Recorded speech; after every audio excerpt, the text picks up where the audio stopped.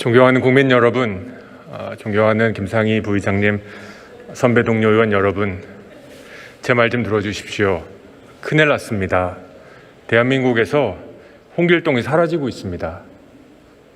보통의 자산과 보통의 소득, 보통의 안전을 누리는 보통의 국민들은 이제 더 이상 보이지 않습니다. 누가 보입니까?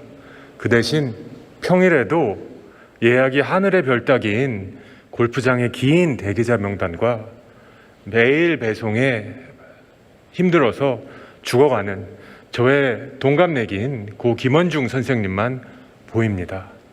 이렇게 대한민국이 양극화로 우리 사회의 등뼈가 부러져 나가고 있는데 우리에게 주어진 2021년 예산안엔 그 절박함이 정말 묻어나고 있다고 생각하십니까?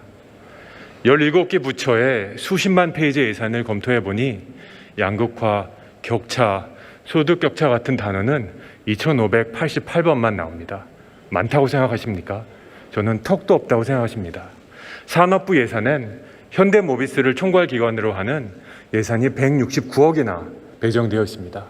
대기업에 지급되는 보조금이 아직도 필요할까요? 이런 덕지덕지 묻은 보조금을 저는 다 발라내야 된다고 생각합니다.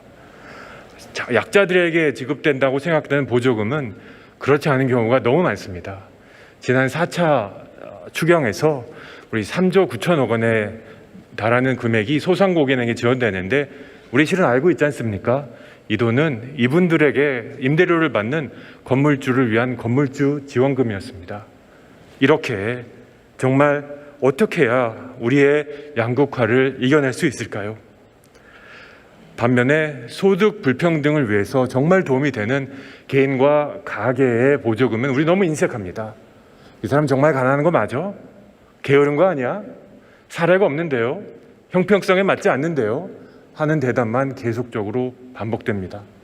그러다 보니 세금을 걷어서 예산을 쓰는 과정에서 소득의 양극화는 전혀 줄어들지 않고 있습니다. OECD 꼴등 수준입니다. 북유럽 국가 말할 것도 없고 미국보다도 예산이 양극화에 미치는 효과가 없습니다. 정말 어떻게 하면 좋을까요? 한국형 뉴딜 좀 얘기해 보겠습니다. 저는 전환의 시대에 전환의 정책이 필요하다고 생각합니다. 하지만 번역조차 하기 어려운 영어 단어 하나만 믿고 그것도 90년이나 된 사례를 기계적으로 답습할 수는 없다고 생각합니다. 동료 의원 여러분, 2020년 한국형 뉴딜의 핵심은 양당 여러분이 지키겠다, 싸우겠다 하는 21조가 본질이 아닙니다. 1930년도 미국에는요, 돈이 너무 없었습니다. 그래서 국가가 돈을 찍어내서 돈을 풀어서 일자리를 만들어야 됐는데 지금 2020년은 시장에서 갈 데 없어서 붕붕 떠도는 돈이 3천조가 넘는 걸 아시지 않습니까? 2020년 대한민국의 뉴딜의 핵심은 사회의 재계약입니다. 지속 가능한 사회를 위해서 환경과 인간이 어떻게 공존할 수 있는가에 대한 재계약, 디지털화, 로봇화된 사회에서 기계와 인간이 어떻게 존엄스러운 사회를 만들어 나갈 수 있는가에 대한 재계약, 노동이란 단어 하나로 포함하기엔 너무나 격차가 난 공무원 대기업 정규직과 꼼꼼히 수수료를 받아서 살아가는 플랫폼 노동이 어떻게 정의롭게 공존할 수 있는가에 대한 재계약이 한국형 뉴딜의 본질입니다. 그리고 이것을 위해서 우리에게 가장 중요한 수단은 돈이 아니라 과감한 규제 개혁을 통해서 정말 차갑게 식어가고 있는 시장의 역동성을 다시 재발화시켜야 합니다. 그리고 예산은 시장이 할 수 없는 일을 해야 합니다. 그것은 다름 아닌 기본소득과 같은 신복지체제를 구축하는 마중물 역할을 해야 하는 것입니다. 2021년은 한국형 뉴딜이 집행되는 첫 해가 될 것입니다. 저는 두렵습니다. 이미 여기저기서 한두 장짜리 사업계획서를 가지고 국가가 주는 보조금을 쉽게 따낼 수 있다는 얘기가 들려오는데 그 소리가 더욱 증폭되지 않을까 두렵습니다. 저는 생각합니다. 도대체 무슨 일이 우리 사회에 벌어져야 우리 정치가 그리고 우리 국회가 양극화 해소를 우리 발등에 떨어진 문제로 간주하며 해결할 수 있을까요? 선배 동료 의원 여러분, 특히 예결 위해서 예산을 심사하는 동료 의원 여러분, 부탁드립니다.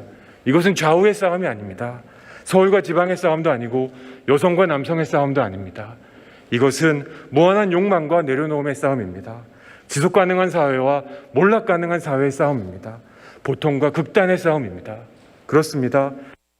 들어오는 것을 걱정해도 되지 않는 누구나 마음이 아니라 내 일자리가 다음 달 정말 있을 수 있을까? 내 상가가 임대료가 또 오르지 않을까? 두려운 마음으로 고민하는 국민의 마음으로서 예산을 심사해 주시길 바랍니다. 저는 믿습니다. 여기서 더 벌어지면 이제는 붙일 수 없습니다. 그렇게 된 사회에 우리가 살 수는 없지 않습니까? 경청해 주셔서 감사합니다.